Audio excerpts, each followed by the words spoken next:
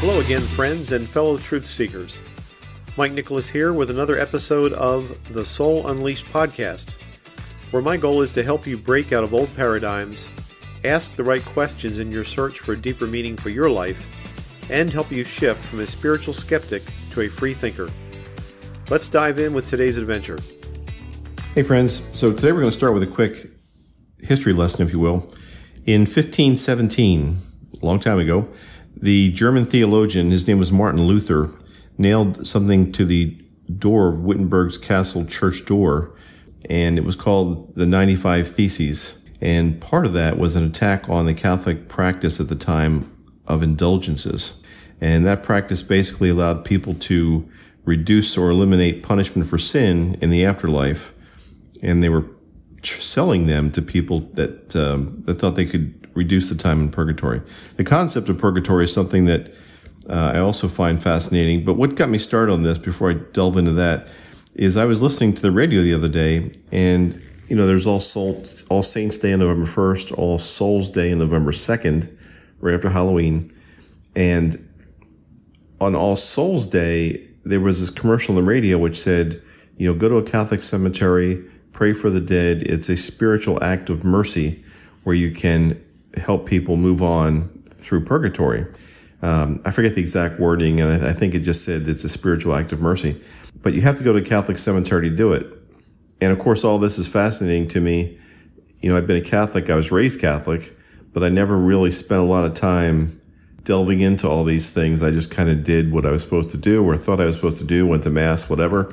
And now, of course, as part of the spiritual awakening, the Soul Unleashed thing, I wonder about and question everything. So the Catholic concept of purgatory is a little bit unique to the Catholic Church.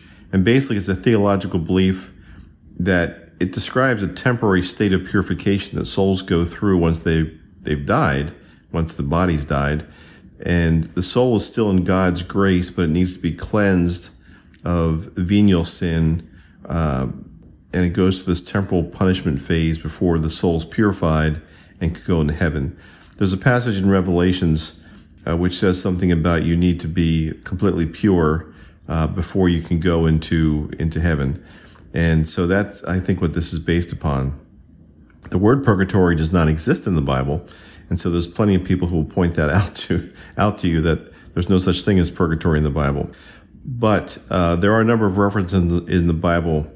1 Corinthians 3, 11, 15 speaks of works being tested by fire.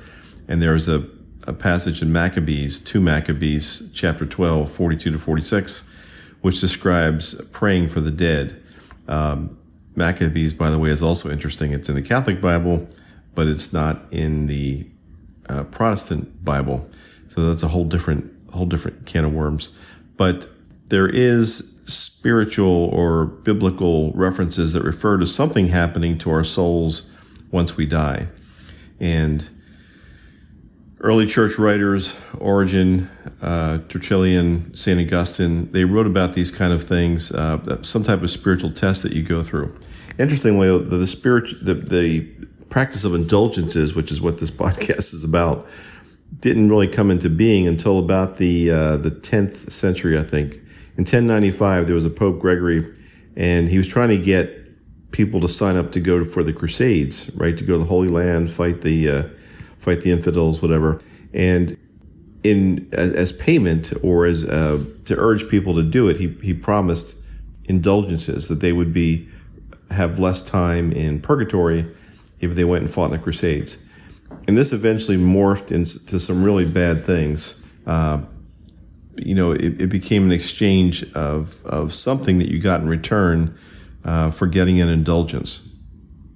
Even the belief in purgatory didn't really come about till about the 6th century, and that, the concept of indulgences kind of grew alongside the increasing belief in purgatory.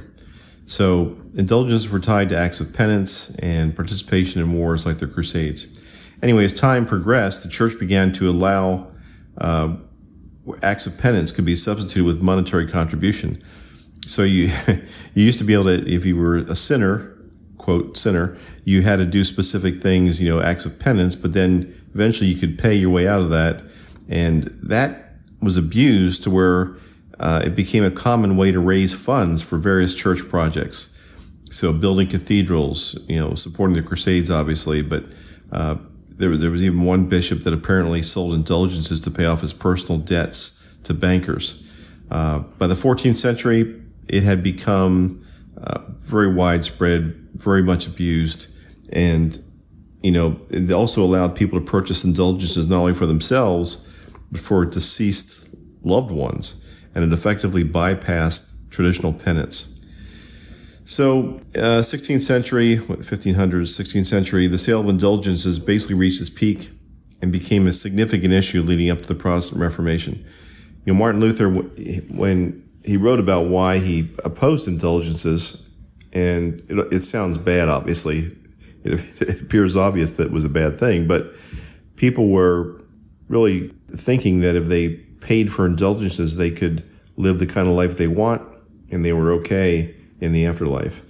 And so that's what he objected to. Now, the church realized this was a problem, right? Martin Luther King and the Protestant Reformation spread throughout Europe, indulgences being a big part of that. So the Catholic Church addressed this in the Council of Trent. So Martin Luther King posted that thing in 1517 on the door of the church. In 1545, it was kind of called the Counter-Reformation by the Catholic Church. The Council of Trent condemned the sale of indulgences, but they reaffirmed the theological basis for them. So the church said, no, you can't sell these things anymore, but hey, indulgences are still a good thing. They still work, and they still have a spiritual significance. In 1567, a few years later, Pope Pius V abolished the sale of indulgences, but the church continued to offer them under specific conditions. So fast forward to 2024, the church still offers indulgences. It's just done kind of in a different way. And there was quite a history of indulgences and how that works. When I was growing up as a kid, I would get a little prayer card from a priest or a relative or whatever. And on the back of the prayer card, the front would be usually a picture of a saint. And on the back would be a prayer. Whatever the prayer was, at the bottom it said, reading this prayer or saying this prayer grants you an indulgence of 300 days in purgatory. Or reading and saying this prayer grants you an indulgence of, a year in purgatory.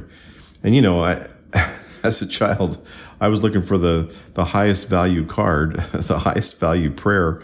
I didn't know exactly what purgatory was, but I thought that, if I said the prayer enough times, and I did kind of think that way, I could, do stupid things, venial sins, if you will, and get out, this kind of my get out of jail free card. Now that was in the late 50s, early 60s. And at the time there was something called the Enchiridion. I can't say it right. Enchiridion, that's how you say it. The Enchiridion is kind of a handbook, and it was a handbook for indulgences, and it said, here's how it works, here's what you get for whatever. But it changed from, it was first published, I think, in 1968, and the Enchiridion was a successor to something called the Raccolta. The Raccolta, if you say it in Italian, I think it's like Raccolta. It was first published in 1807. So the Raccolta was the book that when I was a kid we were operating under. And basically it said, if you do this, you get so many days out of purgatory. If you do this, you get so many days.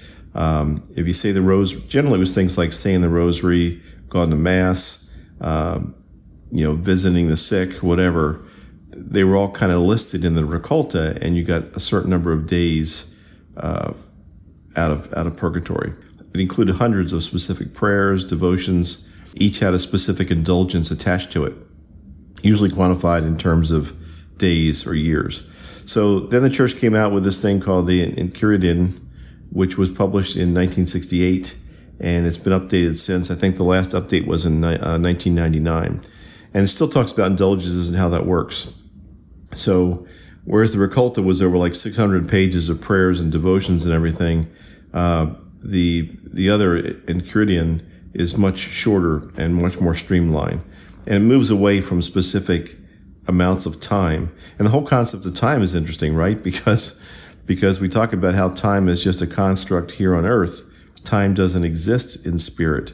So what is 300 days to somebody in purgatory, assuming it exists, it seems, I hate to use the word silly, but it seems hard to understand, at least for me. So, how does it work today? Or how does it relate to All Souls Day? Well, the church still teaches that individuals can reduce or even avoid future time in purgatory through various means. Some of those are the frequent reception of the sacraments, regular confession, participation in the Eucharist, etc. You can do acts of penance, performing acts of penance such as fasting or offering up suffering with patience and humility. There are partial and plenary indulgences that the church can offer for temporal punishment due to sin. They're gained by usually performing specific acts, prayers, almsgiving. One I'll talk about here in a second on All Souls Day is kind of a special one.